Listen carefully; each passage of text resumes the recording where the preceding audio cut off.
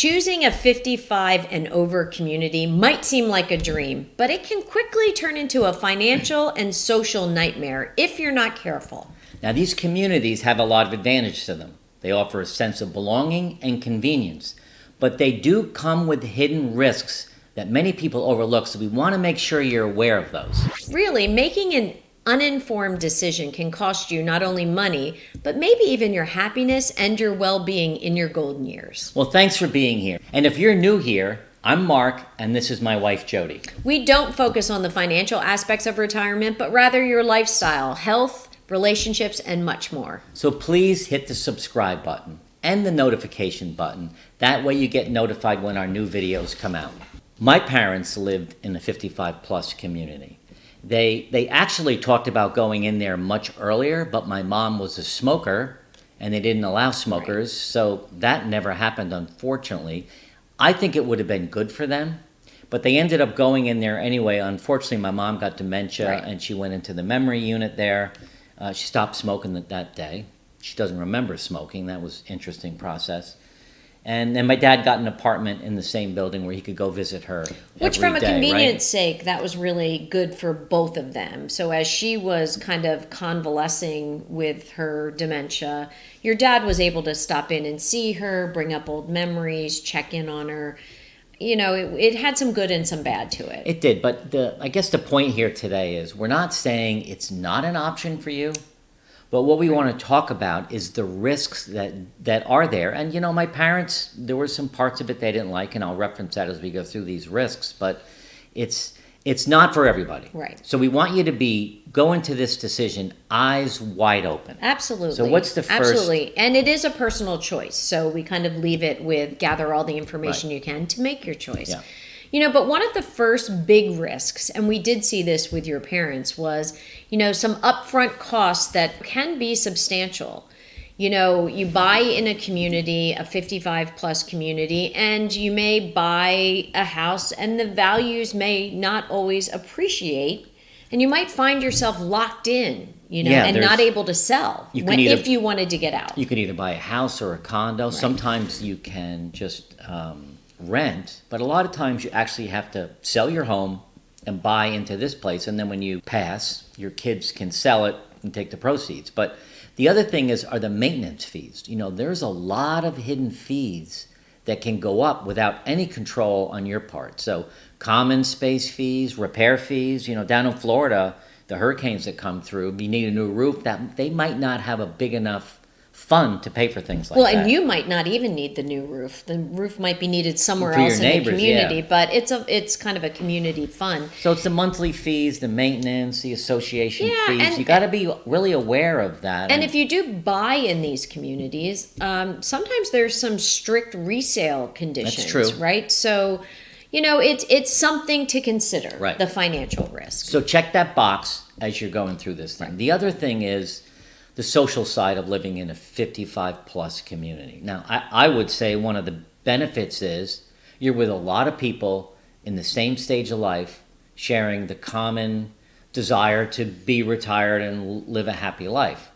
But the downside that we see is that, you know, you might be in a limited or homogeneous social circle that might limit your growth as a person. If you're in this community with exactly the same kind of people as you, no one really old, no one really young, for us that would be a problem. Well, you know, that limited interaction with younger generations may lose your inspiration to grow or open your mind to new things that are happening, you know, in your community or in your world.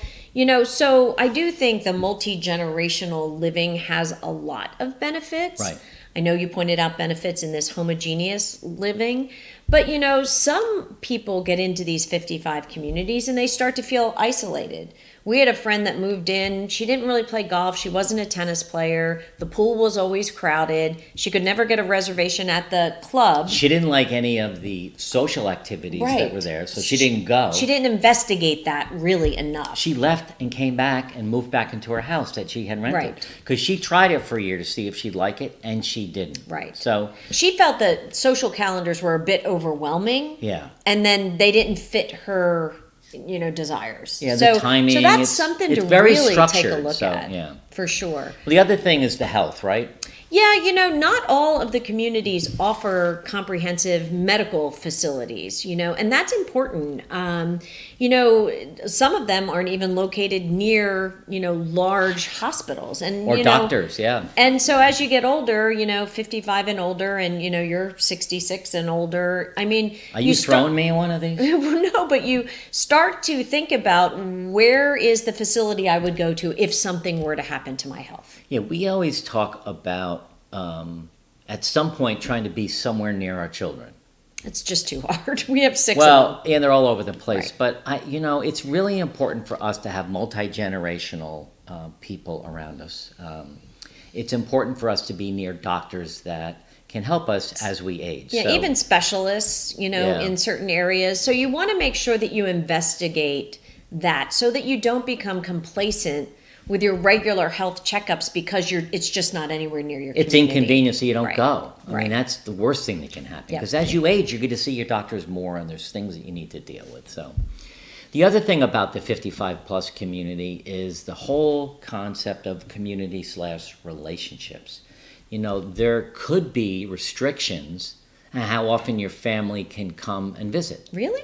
Yeah. Oh, I didn't know that. There could be. They can't. Well, they can't walk in at 3:00 in the morning. There's guidelines Oh, around. well, if you have your own home, I guess they I don't could. know, but a lot Right? of these there's a Gate. a common hallway, and you have to get in, and there's security, so you can't. It's not like being back in your own house. So there could be restrictions which could strain the relationship with your kids or your brothers or sisters or whatever it might be.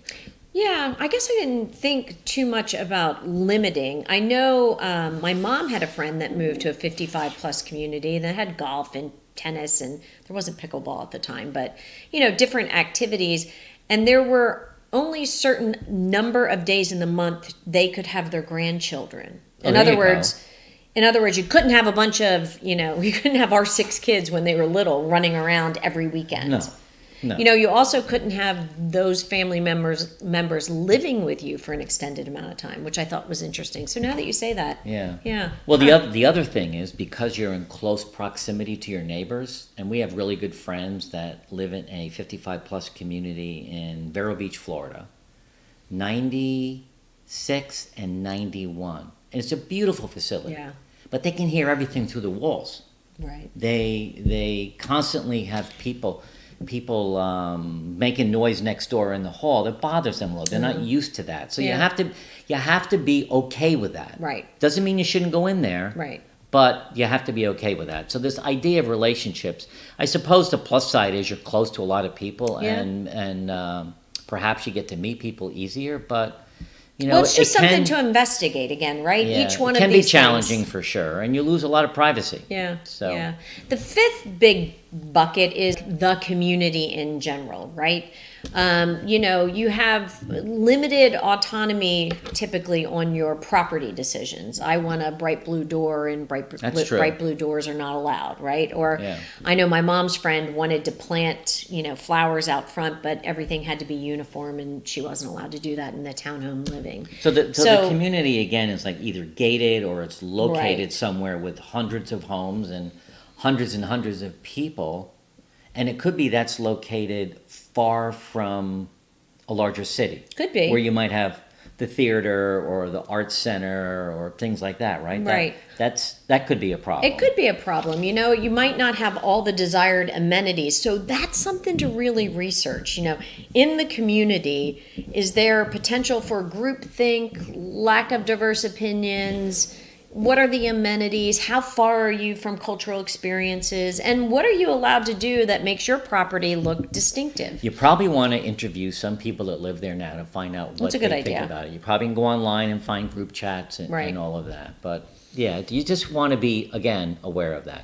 The other thing is diversity or lack of diversity. So again, we've talked a lot about us not wanting to live with just the same exact kind of people as us. So when you're in a 55 plus community, you don't have different age groups or cultures around to stay relevant to what's happening in the world. And there's potential for stereotyping of ageism. Well, which isn't a good thing. There is potential for your mind to become a stereotyping kind of lens. And there's also potential for people to figure out where you live and then they say, oh, you're in that old people's area. Right. And that's not really fair either. So, I would just say that each of these 6 things that we talked about, are all worth investigating before you make the move, before you decide to invest or sell your home or jump into a community. And I think interviewing people there was a great idea, Mark. Yeah, you want to definitely talk to people. Listen, your retirement is meant to be a time of joy, relaxation, and growth.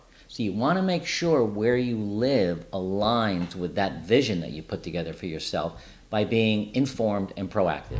Now, we hope you liked this video. If you did, this next one, prioritizing your mental health and wellness, is really good. It's 3 things you need to focus on to create a mental health vision and habits and routines to get you there. So watch this one next.